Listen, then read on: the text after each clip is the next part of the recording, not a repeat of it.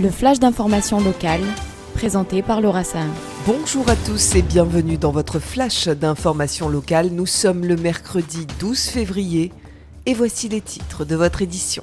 C'est aujourd'hui qu'Emmanuel Macron accueille le président indien Narendra Modi à Marseille. En milieu de matinée, un nouveau consulat indien sera inauguré dans le 8e arrondissement. Les deux hommes prendront ensuite la direction de Cadarache pour une visite du site.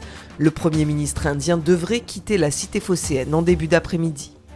Nous vous en parlions hier, un chauffeur de car scolaire a été testé positif au cannabis dans le cadre de ses fonctions à Auriol. Sachez que ce cas n'est pas isolé. Des contrôles ont été renforcés la semaine dernière. 362 chauffeurs ont été testés au total. Parmi eux, 6 dépistages de stupéfiants et un dépistage d'alcoolémie se sont avérés positifs.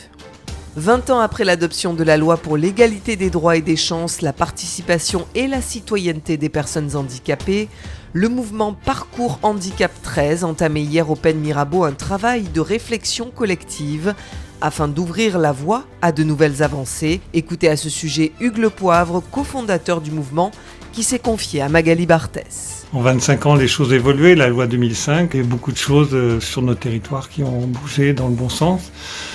Cependant, il reste des situations très problématiques et c'est à ça qu'il faut penser d'abord. Et il faut aussi penser à toutes ces situations très hétérogènes, qui nécessiteraient qu'on en sache plus, qu'on ait une sorte de baromètre sur différents domaines.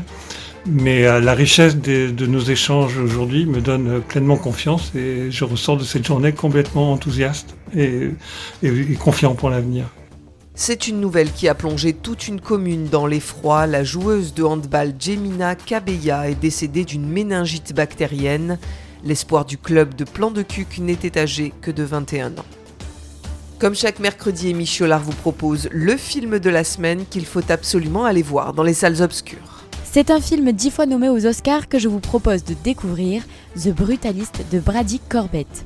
Avec un casting de renom, Adam Brody, Felicity Jones et Guy Pearce, The Brutalist raconte l'histoire de près de 30 ans d'un architecte juif né en Hongrie, Laszlo Toth.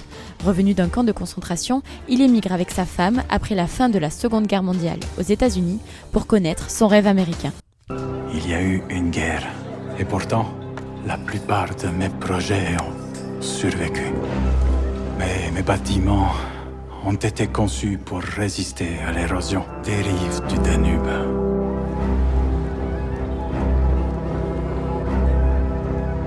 Je vous ai fait venir ici ce soir pour que nous tournions notre regard vers l'avenir. Qu'est-ce que tu en dis? C'est inhabituel, même pour toi. Vous parlez parfaitement notre langue.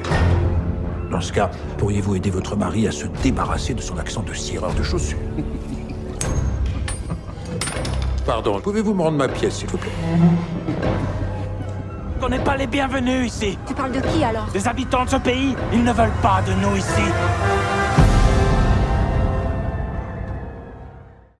En tennis, résumé du 3e jour de l'Open 13 avec notre journaliste sportif Jordan Toiti. Les derniers pas de Richard Gasquet en Provence, battu par le Kazakhstanais Alexander Bublik 6-4 et 6-4, le Français de 38 ans tire sa révérence à Marseille avant de quitter le circuit professionnel en mai prochain à Roland-Garros. C'est un tournoi qui était important pour moi. Je suis venu tout jeune regarder le tournoi ici. Voilà, j'ai joué beaucoup de fois.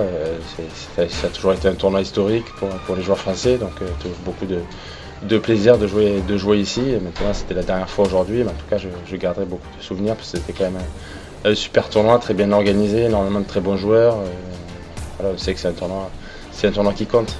Dans les autres matchs, Lucas Van Haché s'est imposé en 3-7, 6-3, 3-6, 7-6 face à son coéquipier français Benjamin Bonzi, finaliste malheureux en 2023.